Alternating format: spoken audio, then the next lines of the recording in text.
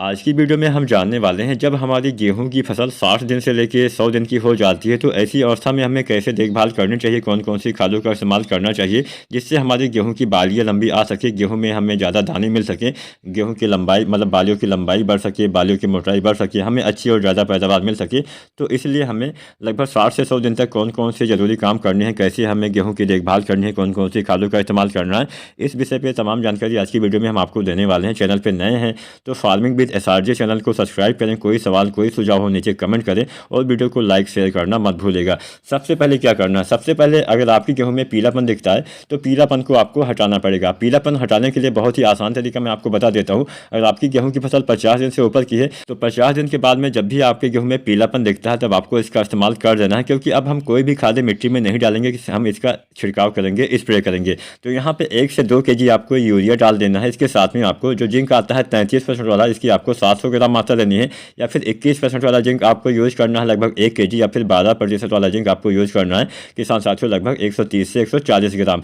तीनों में से कोई एक जिंक आपको ले लेना है। साथ में किसान साथियों आपको 1 से 2 kg यूरिया 50 दिन से ऊपर में जब भी पीलापन दिखता है इसका अगर आप छिड़काव कर देते हैं आपकी फसल में पीलापन दूर हो जाएगा। कई बार किसान साथियों हमें जो रेतीली मिट्टी होती है वहाँ पर जिंक की कमी भी देखी जाती है, तो ऐसी कंडीशन में अगर आप जिंक भी डाल देते हैं तो बढ़िया फ़ायदा मिलता है। तो यूरिया और जिंक का छिड़काव आपको 50 दिन से ऊपर कभी भी पीलापन दिखता है तो कर देंगे तो बढ़िया लाभ मिलेगा, पीलापन दूर हो जाएगा। इसके बाद में जब हमारी गेहूं की फसल लगभग 70 दिन के आसपास की हो जाती है तो ऐसी अवस्था में आपको गेहूं में तीसरा पानी लगाना होता है, तीसरी सिंचाई करनी होती है। समय समय पे आपको सिंचाई भी करते रहना है, तभी आपको अच्छी पैदावार मिल पाएगी।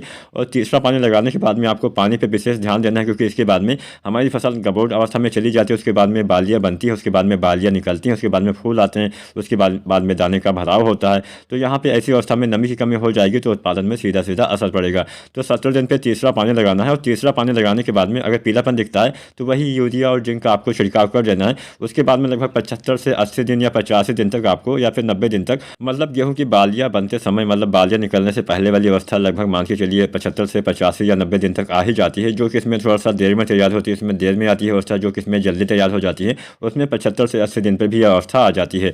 तो ऐसी कंडीशन में गबोट अवस्था में बालियां निकलने से पहले वाली अवस्था में आपको पहली चीज़ डालनी है NPK 0:34। इसका इस्तेमाल से बालियाँ काफ़ी अच्छी आती हैं, बालियाँ लंबी आती हैं, मोटी आती हैं, अच्छा उत्पादन मिलता है। फास्फोरस इसमें 52% होता है, पोटेशियम इसमें 34% होता है। तो फास्फोरस का यहाँ पे मेन काम होता है आपकी बालियों के विकास में मदद करना।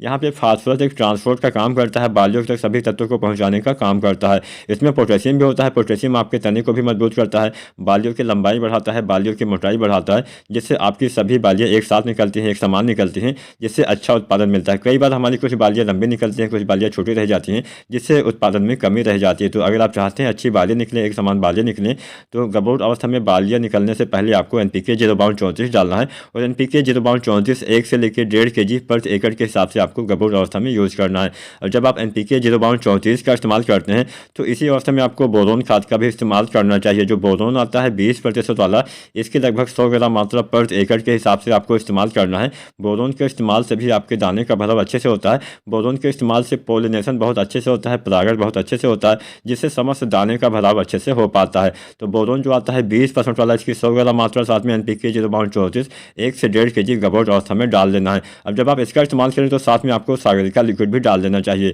सागर का लिक्विड डालने से पौधे में भोजन बनाने की क्षमता में विकास होता है, जिससे पौधे का जो भी भोजन बनता है वो आपकी बालियों तक ट्रांसफर हो पाता है। तो यहाँ पे सागर का लिक्विड भी आपको 300 से लेकर 400 ml प्रति एकड़ के हिसाब से आप डाल सकते हैं। अगर इस अवस्था में गबोट अवस्था में मतलब बालियाँ निकलने से पहले वाली अवस्था में पीलापन दिखता है तो पीलापन भी आपको दूर करना चाहिए। आप 1 से 2 kg यूरिया भी यहाँ पे छिड़काव कर सकते हैं। तो यहाँ पे हमने 4 चीज़ें आपको बताई। पहला हमने बताया 0:34 1 से 1.5 kg, दूसरा हमने बताया बोरोन 20% वाला 100 ग्राम, तीसरा हमने बताया सागर का लिक्विड 300 से 400 ml, और चौथा हमने बताया यूरिया 1 से 2 kg। सभी का अलग अलग घोल बना के बालियाँ निकलने से पहले अगर आप डालते हैं बढ़िया फ़ायदा मिलेगा। और यूरिया तभी डालना है जब आपके पौधे में नाइट्रोजन की कमी होना था, यूरिया नहीं डालना है। उम्मीद करते हैं जानकारी पसंद आई होगी, वीडियो पसंद आई होगी।